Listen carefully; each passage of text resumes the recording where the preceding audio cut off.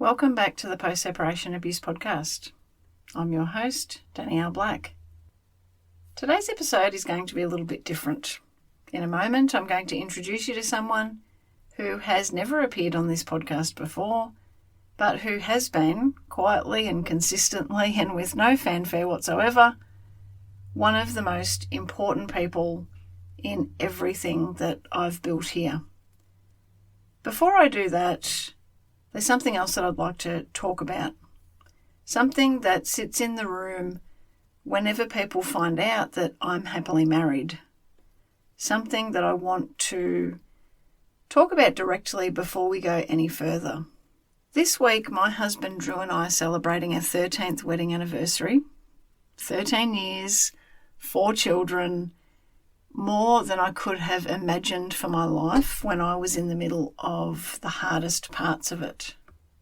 And it's important that I be honest that I actually don't always mention that I'm married when I'm doing this work, not because I'm ashamed of it. I'm profoundly not ashamed of it, but because I have learned over the years that there are some spaces where being a happily married woman who has survived family violence and post-separation abuse can be received as a kind of a contradiction, as though the happiness somehow revises the history, as though finding something good on the other side of something terrible maybe means that the terrible wasn't quite as terrible as I said it was.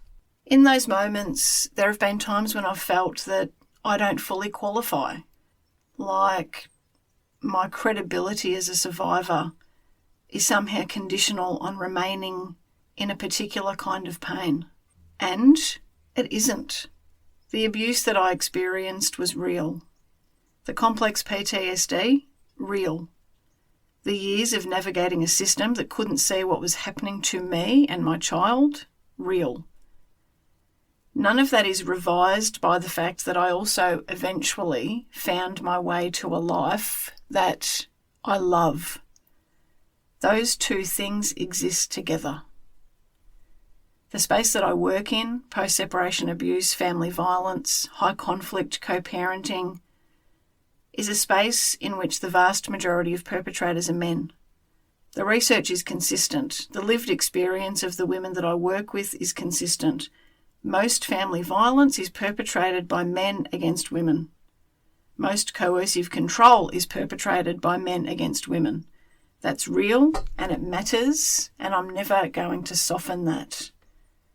And I want to hold that reality alongside something else.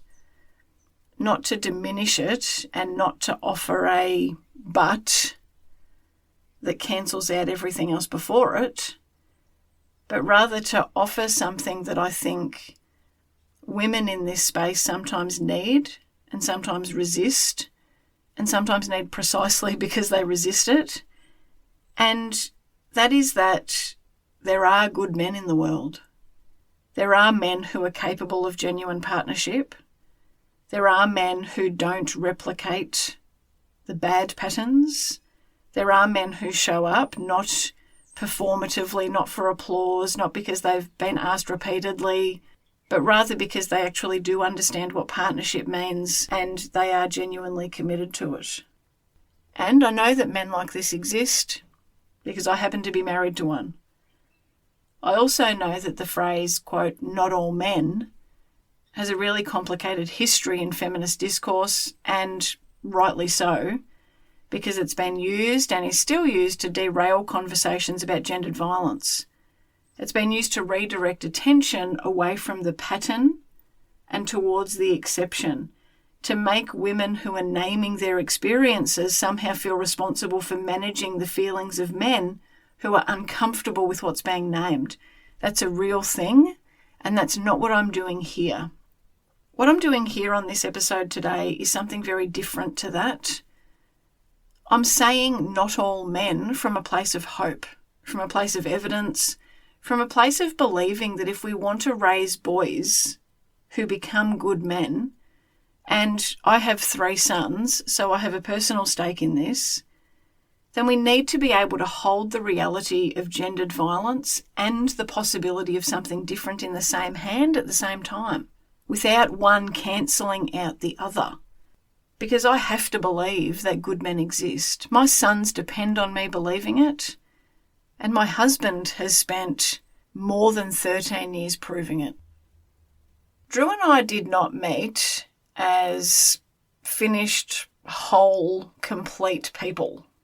And I want to be really transparent about that because there's a version of this episode that I could have easily recorded that would have ended up sounding like a love story with all of the rough edges gone, but that wouldn't be the truth, and that's not the episode that I want to make. When Drew and I met, I was in my late 20s. I'd been through a marriage that had been abusive. I had a toddler son, Ash, and I was navigating post-separation coercive control in an environment where the term coercive control was not being used. So I didn't have any language, any framework to understand or even to name what was happening to me. I was carrying significant trauma, and I was, at times, genuinely hard to be around. Not because of anything that I'd done wrong, per se, but because trauma does that. It can make you really reactive. It can make you anxious in ways that just spill over. It can make you braced for things that haven't happened yet because your nervous system has learned to stay ready. I was a victim, and I was also sometimes difficult. Those two things were true at the same time. I wasn't to blame for my trauma, but I was responsible for my healing. And that healing took time, it took work, and it took a partner who was prepared to stay in the room while I did that work. Drew had his own history too. He had experienced significant loss and pain of his own before we met. We were not two whole, perfect people coming together. We were two people with broken edges that just somehow fit. And we were both willing to do the work of building something that neither of us had ever actually seen modelled, that neither of us had ever actually experienced, and that is a genuinely healthy, genuinely equal, genuinely loving partnership.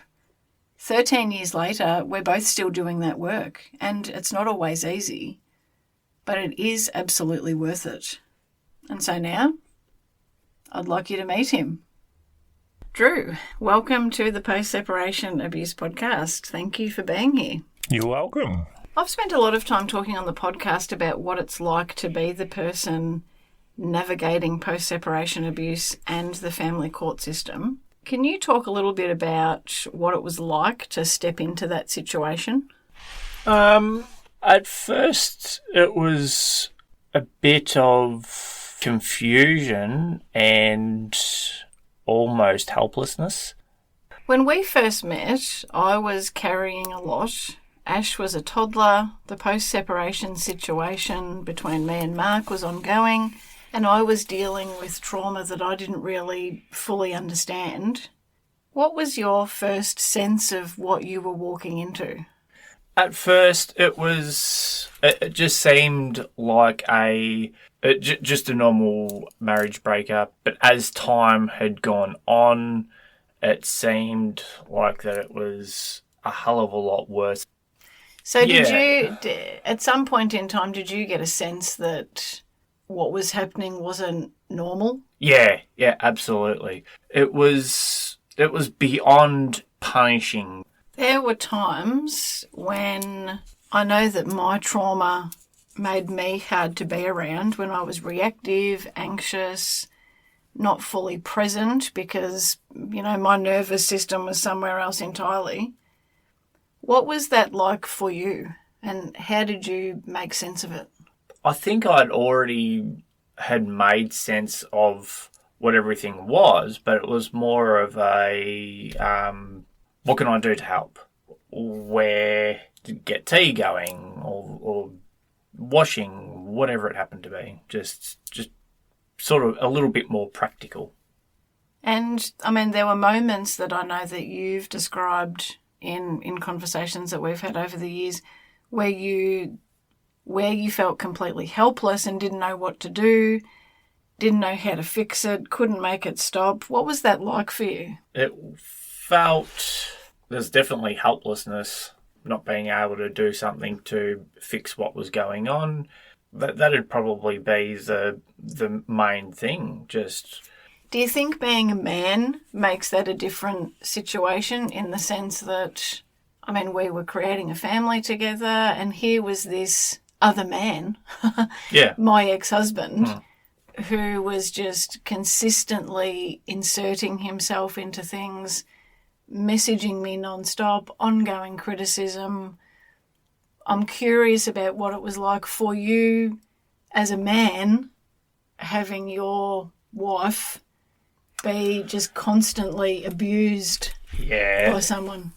Without understanding with the coercive control and all that sort of stuff that's being highlighted now, the typical thing would be to do the so-called man thing and go around there and have a word to him. But that would just escalate the situation. And I remember you and I having conversations about that where you were wanting to just go and tell him to pull his head in. Yeah. And where I was then saying, no, that's just going to lead to more retaliation. That's not going to be a good way to go about it. But again, as you said, when we were still trying to understand what it was that we were dealing with, how to name it, how to understand it, I think we both felt pretty helpless. Yeah. It was, I remember, it would have been going, easily 7 years ago when we sort of, when we're right in the thick of it. And I remember when we actually put 2 and 2 together and it felt like a whole weight had been lifted off. And it was a case of, okay, we've established on what's happening and we sort of educated ourselves a little bit more. And from there, it seemed like it was getting easier. There was also an entire legal and court process that eventually ended up happening, and listeners might recall from previous episodes, but just to refresh anyone's memory, or for new listeners who haven't listened to past episodes, when I left my first marriage, my son Ash was only 12 months old. There was a coerced 50-50 equal shared care arrangement for at least 10 years, and it was around the time when Ash was sort of 10, 11. Child Protection ended up getting involved in our situation. His time with his dad was stopped, and then he eventually initiated court proceedings. And so it was really some time down the track on my post-separation journey that I found myself in the family court system. And obviously Drew was there next to me through all of that. And at this point in time, we had 3 children, one of whom, our youngest was just a baby. And neither of us really understood a huge amount with the legal and the court processes, having never gone through it before. We didn't fully understand it. We were trying to make sense of it at the time. And there was also a period of time where Drew was responsible for all of the communication that was coming from Ash's dad as well. What do you remember about that time, Drew? I remember the manipulation tactics was a very big one. And I recall some messages where he was requesting time to see Ash. And so I would ask Ash. I thought that it would be better to ask him rather than just to flat out say, not give him the option or something like that. And so I'd ask him, he would say no. So I would reply with just a simple, no, he doesn't want to. And I would find getting text messages, well, perhaps he would prefer answering that to a judge, to that account. I'd forgotten about that one. Yeah, so and that happened a couple of times, and I would just simply not reply. Did you find that messaging, was that stressful to you? dealing with him? No. Once we had learnt, or once I had learnt, just a few things about different types of personalities, all that sort of stuff, it was really easy to just, he just sent another message. And then it was just phone back in the pocket. So really minimising the interaction that you had with him. Yeah, minimising, and more so, well, no, that's not happening. And then full stop. Yeah. That I felt was better dealing with him in that regards, rather than giving explanations and big long messages and all that sort of stuff. It was just short and to the point. Absolutely, and just not giving much that he could then engage with. Not that that stopped him, I don't think, but... No. But yeah, I mean, and this was when we were in the early stages of really learning how do we best deal with someone like this, high conflict, for want of a better word, someone continually engaging in abuse and coercive control tactics. Yeah. And, I mean, he had a particular narrative about you at the time that I know he was telling anyone and everyone who would listen. And there was actually an incident where you were verbally attacked, just going about your business. Right, I can't remember now if it was in the supermarket or in Bunnings. Yeah, we don't have to go into the specifics of those situations, but do you just want to talk more generally about what was that like for you when it became obvious that there was this narrative going around, not just about me, but about you, that other people were believing to the point that they were actually prepared to walk up and insert, like people that didn't even know you, that were prepared to walk up and actually make horrible comments to your face? Yeah. Oh, I just sort of shrugged it off a bit. I just sort of thought, what a dickhead. Did it surprise you that other people had actually believed the narrative to the extent that they were actually prepared to come up and have a go at you in person? No, not really, because I'd, once again, looking into the whole that personality type of thing, having the flying monkeys around, it would have been a small group of people, and really, who cares? Like, how sad is their life if they've got to insert themselves into somebody else's life, really? So it was just a case of, right, okay, well, that's your opinion, so nick off. Well said. Was there anything that I did or that we did together, do you think, that made that time easier? Educating ourselves, because the fear tends to go. Or a majority of the time it does go. That's not to say that it's like sometimes it might creep back up if you get that text message or something like that. But majority is you've got yourself a lot more under control. 13 years, 4 children. We've navigated a shit ton of things together. When you think about what we've navigated, what we've survived, what we've created, what we've built, what our family actually looks and feels like from the inside, what are you most proud of? Our strong marriage, second to that, our kids. And then everything else is just cream. I talked on this podcast about the invisible architecture of primary caregiving, so the work that holds a family together but doesn't often get seen purely because it works. And we both do versions of that in our family. But can you talk a little bit about what it looks like day to day in terms of your role in our family and the sorts of things that you're doing in our household and with the kids? Not because anyone needs to be giving you a gold star, but rather because it's possible that a lot of our listeners have not actually ever seen that modelled, particularly from a partner, and I think it's important for them to know that it actually exists. Okay, well, I suppose my day would usually start with getting up early in the morning and start taking care of some things So whether it's feeding the cats, taking the bins out, getting the washing machine organised before everyone wakes up. And then it's a case of just get myself organised for work and then off I go. And then knock off at work, pick up the two younger two, think about, what are we doing for tea, all that sort of stuff.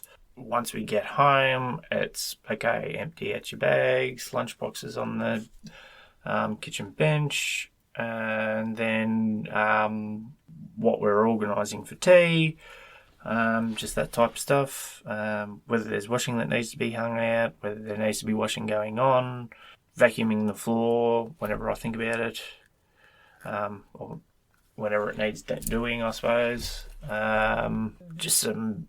Just chores, really. Dinner, showers, bedtime routine, all that sort of stuff. Oh yeah, brushing teeth. What else is there? Readers. Oh yeah, being called out when we're sitting down watching TV and having to go up and how long until Easter? Well, 17 days. Yeah, just things of that nature. Yeah.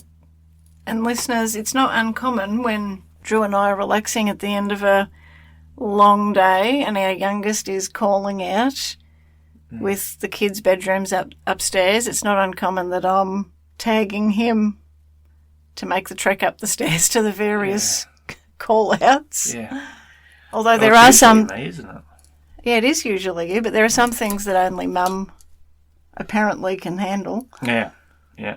But, you know, we're a pretty solid team, I would say. So that just gives you a little bit of insight as to all the things that Drew's managing. Again, not because he needs a star, but because rather I just really wanted to make the point that, you know, we truly do have what I would consider a pretty equal relationship as much as what it possibly can be. You know, if I have more time in my day or in my schedule, I'll take on some more of the meal prep and meal planning work. But when it's something different, which honestly is happening more and more often lately as the business is expanding and scaling, that's Danielle Black coaching.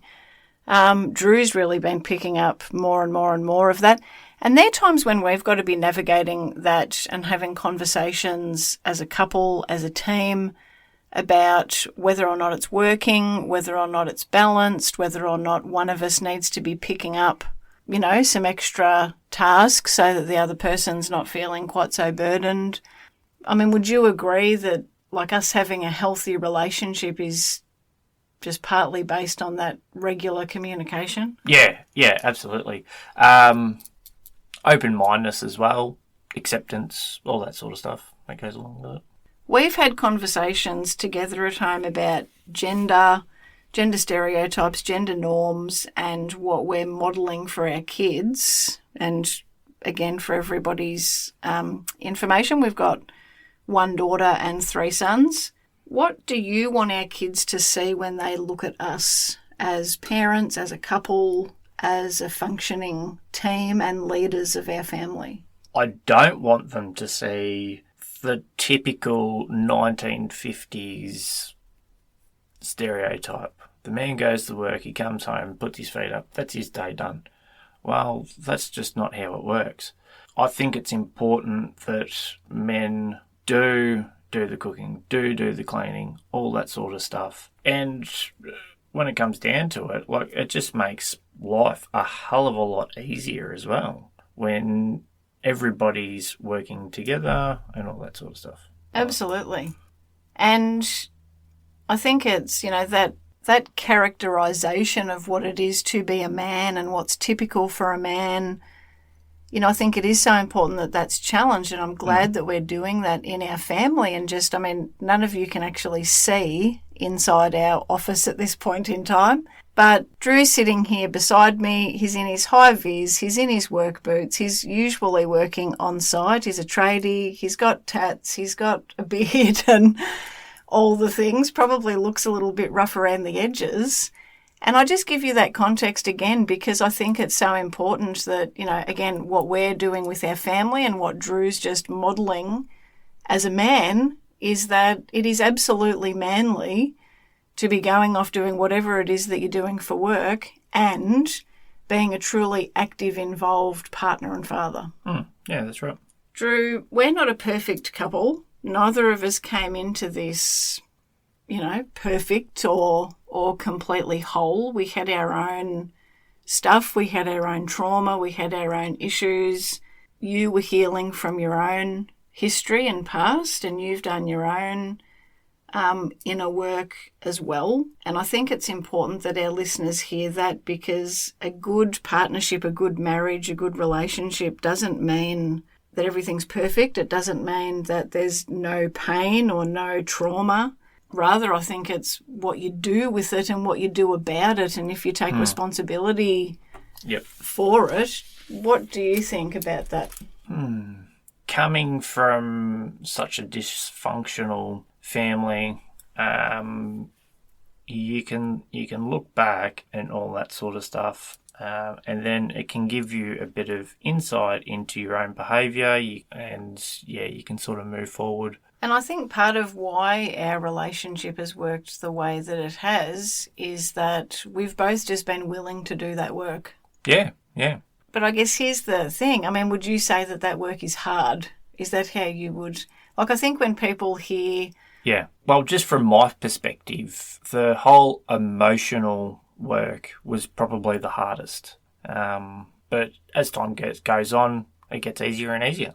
But it's about the willingness to actually do all that sort of stuff. And do you think that that's been worth it? Like, if you reflect on who you were and where you were at in your life when we first met, so we're going back, 15 odd years ago now, compared to who you are now, like when you look at the differences, like what are your thoughts? I would say that I was still a child, basically. So emotionally. Yeah.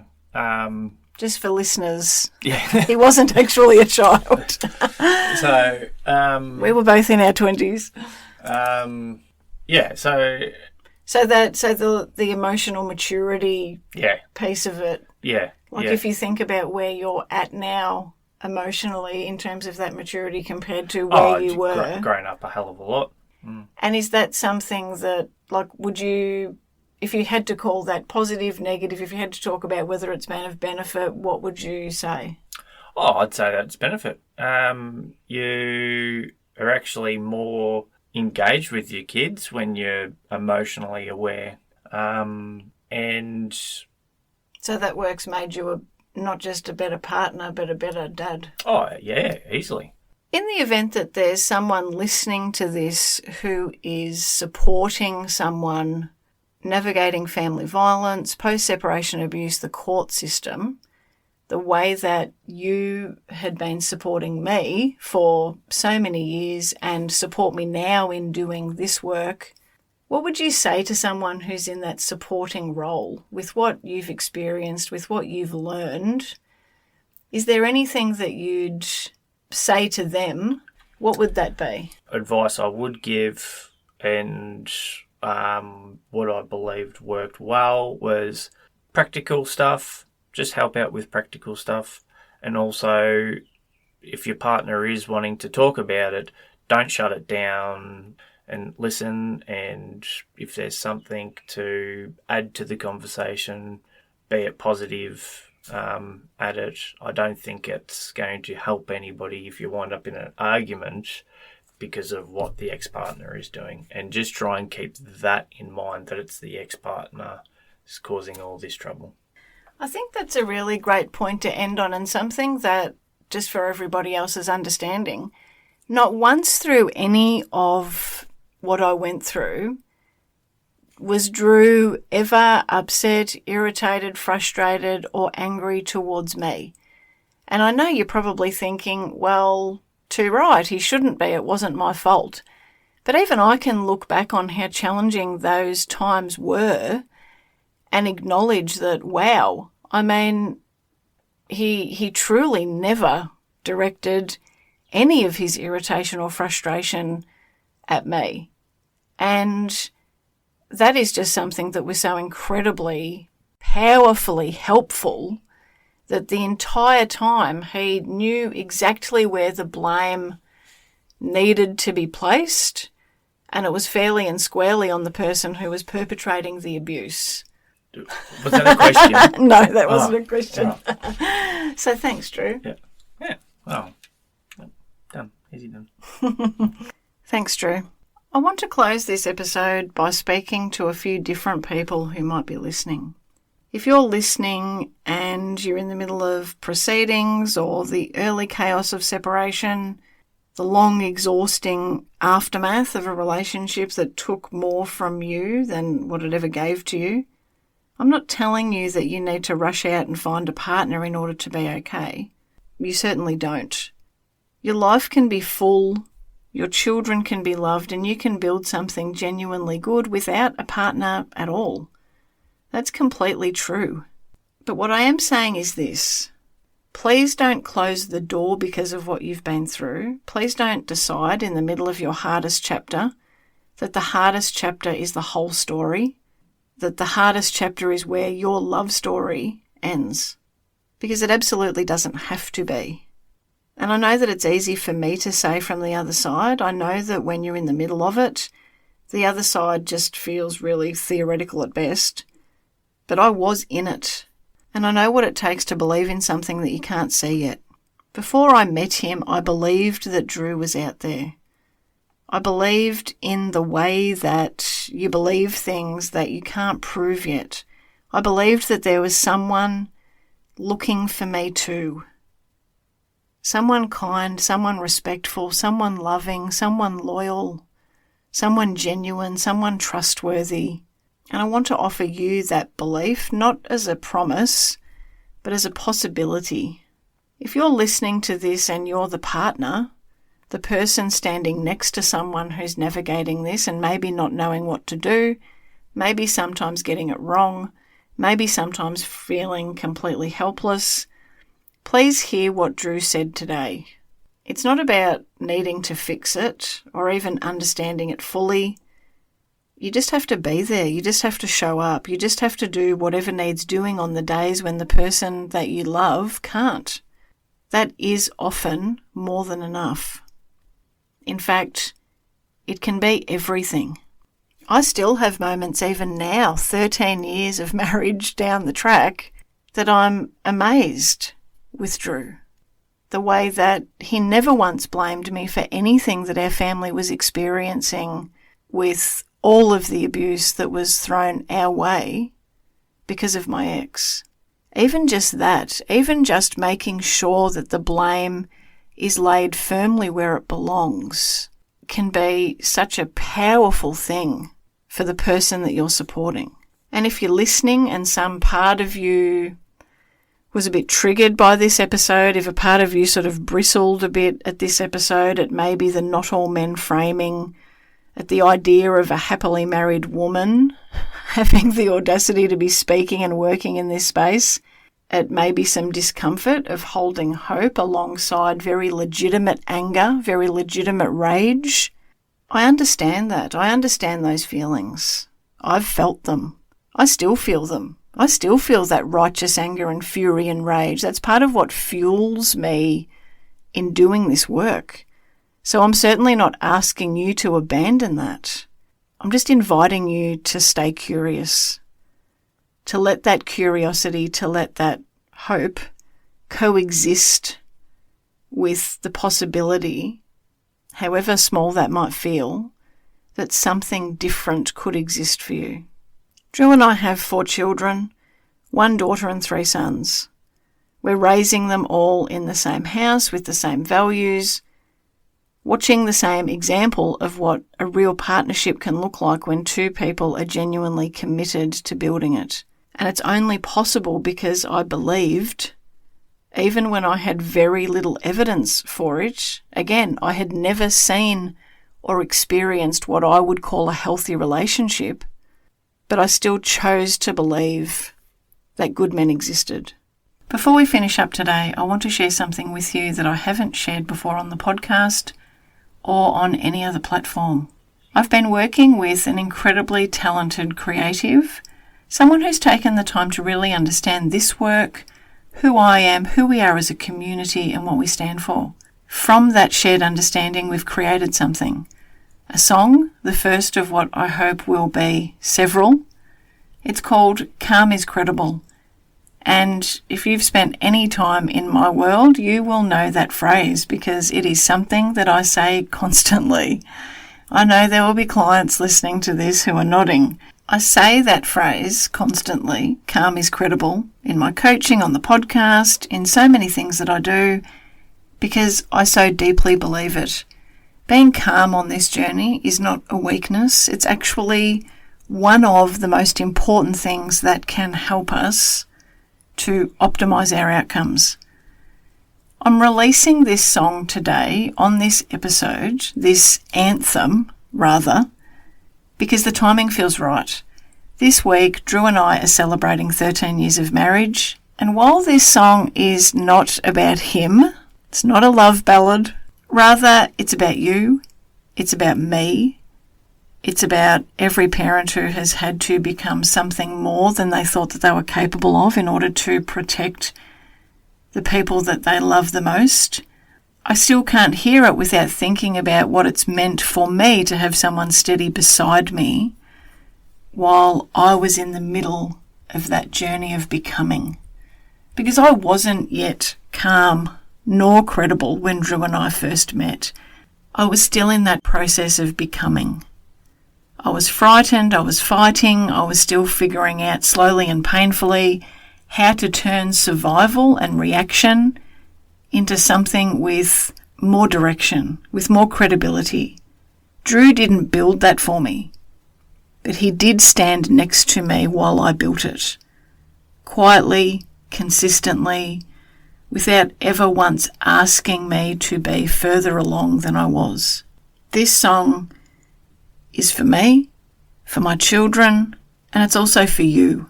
For every version of you that has ever had to hold the line when no one else understood why, for the sleepless nights, for the choices that cost you something, for those moments when you realise that you are not going to achieve what you wanted by being louder or harder or more aggressive, but by becoming grounded, clear, strategically calm.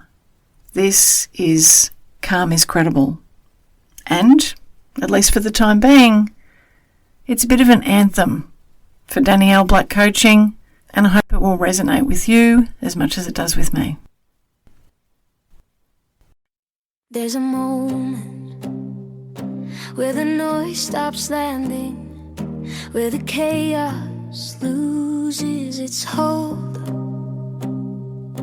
and you realize you're not breaking, you're becoming something whole. You walk through fire with steady hands, held the line when no one understands. Every choice, every sleepless night was building something stronger inside. They called it too much, too strong, too loud, but you were standing your sacred ground.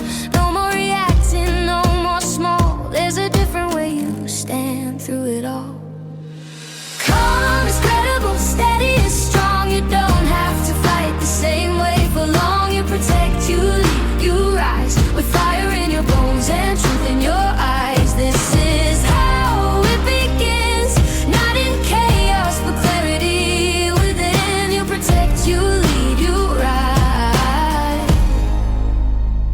You learn the system, you read the signs, turn fear into something refined. No more guessing, no more doubt. You know exactly what this is about. For every child, for every voice, you turn survival into a choice. Not just enduring, not just getting by, you're rewriting the meaning of why. Calm is credible, steady is strong. You don't have to fight the same way for long. You protect, you lead, you rise, with fire in your bones and truth in your eyes. This is how it begins, not in chaos but clarity within. You protect, you lead, you rise. This isn't revenge, this is design, a future rewritten line by line. You don't burn it down, you build it right, with wisdom, strategy, and quiet might. Calm is credible, that's how you win. Not by the noise, but the strength within. You protect, you lead, you rise. No more shrinking, no more disguise. This is the shift, this is the line where power becomes defined. You protect, you lead, you rise.